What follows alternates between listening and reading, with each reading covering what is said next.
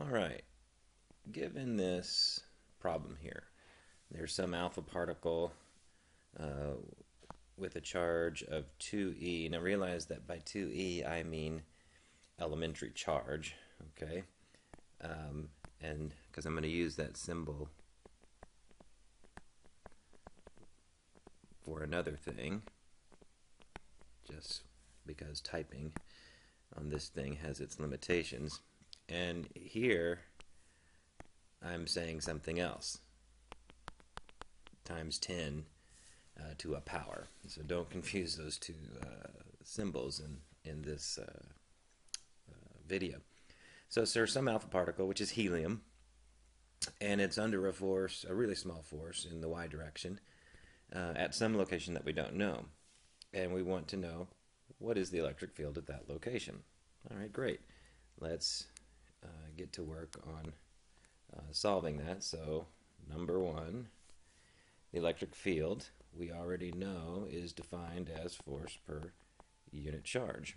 And so we can sort of just drop the vector notation right now because there's only one direction that it's working anyways.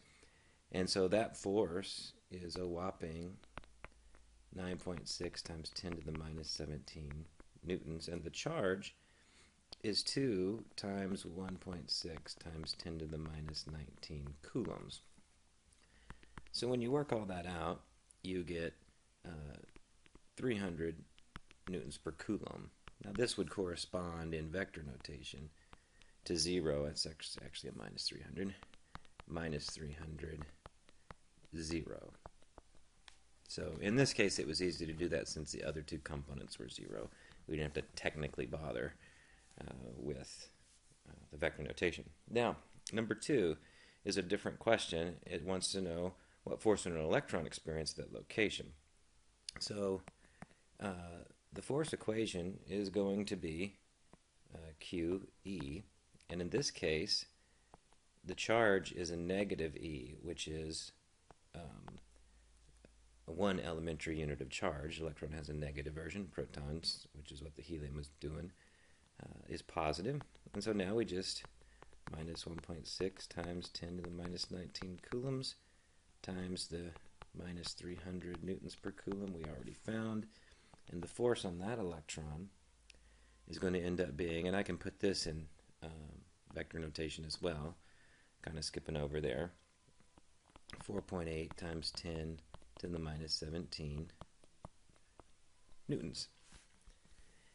So we're going to be dealing with the magnitude of this force, which, since there's only one component, that is the magnitude. When we talk about the acceleration that this particle, this electron, is under. So since it's under this force, okay, these are going to be the same. We just can put our 4.8 times 10 to the minus 17 newtons, and the mass of an electron is 9 times 10 to the minus 31 kilograms. So this is going to be a pretty big number. 5.3 repeating times 10 to the 13 newtons per kilogram. This would be the same as 10 to the 13 meters per second every second, because newtons per kilogram and meters per second squared, those are the same units. All right? Just different ways of looking at it. Of course, can't actually get to 53 trillion meters per second in any amount of time for a particle with mass, because relativity puts a limit on maximum speed at the speed of light.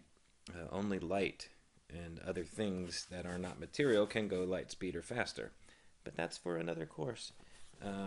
Until that time, we just have to take it for granted that certain things can't be done and just live with it.